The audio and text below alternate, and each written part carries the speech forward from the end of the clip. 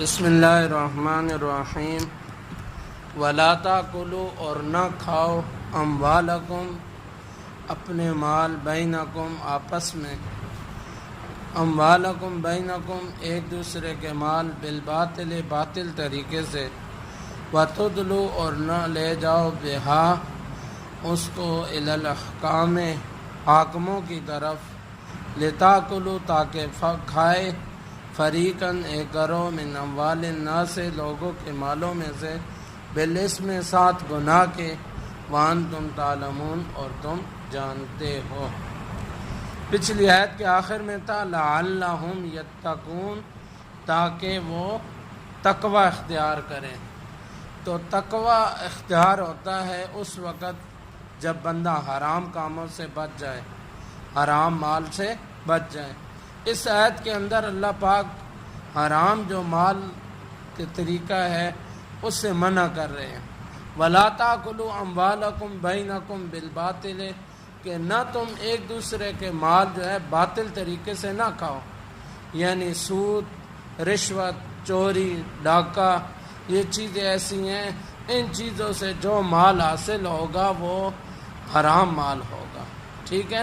اور ایک صحابی ہیں، آپ صلی اللہ علیہ وآلہ وسلم کے پاس آئے اور آ کر کہنے لگے یا رسول اللہ میں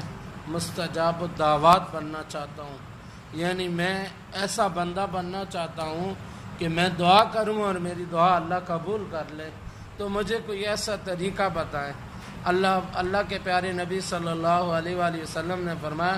تم حرام مال سے بچ جاؤ، تمہاری ساری دعائیں اللہ قبول کرے گا۔ تو اس لیے کوشش کریں کہ اگر آپ اپنی دعائیں قبول کروانا چاہتے ہیں، اپنی عبادات، تو حرام مال سے بچیں۔ سود ہو گیا، رشوت ہو گئی، چوری ہو گئی، ناجائز طریقے سے مال ہو گیا، ٹھیک ہے۔ تو ان سے اللہ پاک ہمیں بچنے کی توفیق دے۔ وَتُدْلُوا بِهَا إِلَى الْحُكَامِ اور نہ لے جاؤ ان کو حاکموں کی طرف لِتَأْكُلُوا فَرِيقًا مِّنْ أَمْوَالِ النَّاسِ۔ اس کا مطلب کیا ہے؟ اس کی مثال ایسے ہے کہ مثال کے طور پر آپ نے کسی کی زمین پہ ناجائز قبضہ کیا، ٹھیک ہے۔ اب آپ وہ کیس لے کر گئے وکیل کے پاس، اب وہ زمین آپ کی نہیں ہے، اور آپ نے جا کر وکیل کو یا جج کو رشوت دی، پیسے دیے، پیسے دینے کے بعد اس نے فیصلہ آپ کے حق میں کر دیا، تو یہ آپ کا لے کر جانا اور ان لوگوں کو رشوت دینا یہ بھی غلط بات ہے، ٹھیک ہے۔ اب اس میں دونوں صورتوں میں وبال، ایک پہلا تو یہ ہے کہ اگر جج کو پتہ تھا کہ یہ غلط فیصلہ ہے اور اس نے رشوت لی، اور آپ کو بھی پتہ ہے کہ یہ جج رشوت لے کر کام کر لیتا ہے، تو آپ کی غلطی ہے کہ آپ ایسے جج کے پاس کیس کیوں لے کر گئے کہ وہ رشوت لے کر اس نے آپ کے حق میں فیصلہ۔ دوسری بات، اگر مثال کے طور پر اس جج کو نہیں پتہ ہے، وکیل کو نہیں پتہ ہے کہ یہ اس کی زمین ہے یا نہیں ہے، ٹھیک ہے، آپ نے غلط جو ہے طریقے سے لے کر گئے اور جا کر وکیل کو کہا کہ جی میرے حق میں فیصلہ، اب وکیل کو تو نہیں پتہ، لیکن آپ جو ہے آپ کا اور اللہ کا معاملہ، آپ کو تو پتہ تھا کہ میں ناجائز قبضہ کر رہا ہوں، تو اس وجہ سے اس کا وہ جج اور وکیل کا کوئی قصور نہیں ہے، اس میں آپ کا اپنا قصور ہے، ٹھیک ہے۔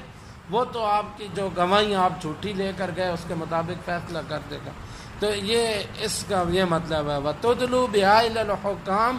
اور نہ لے جاؤ ان مال کو حکام کی طرف لِتَأْكُلُوا تاکہ کھائے فریقاً ایک گروہ من اموال الناس لوگوں کے مال میں سے بالاسم گناہ کے ساتھ وَأَنْتُمْ تَعْلَمُونَ اور تم جانتے ہو، تمہیں اس بات کا پتہ ہے کہ سچ کیا ہے اور جھوٹ کیا ہے، ساری باتیں جاننے کے باوجود تم کیوں لے کر جاتے ہو۔ اللہ سے دعا ہے اللہ تعالیٰ میں عمل کرنے کی توفیق دے۔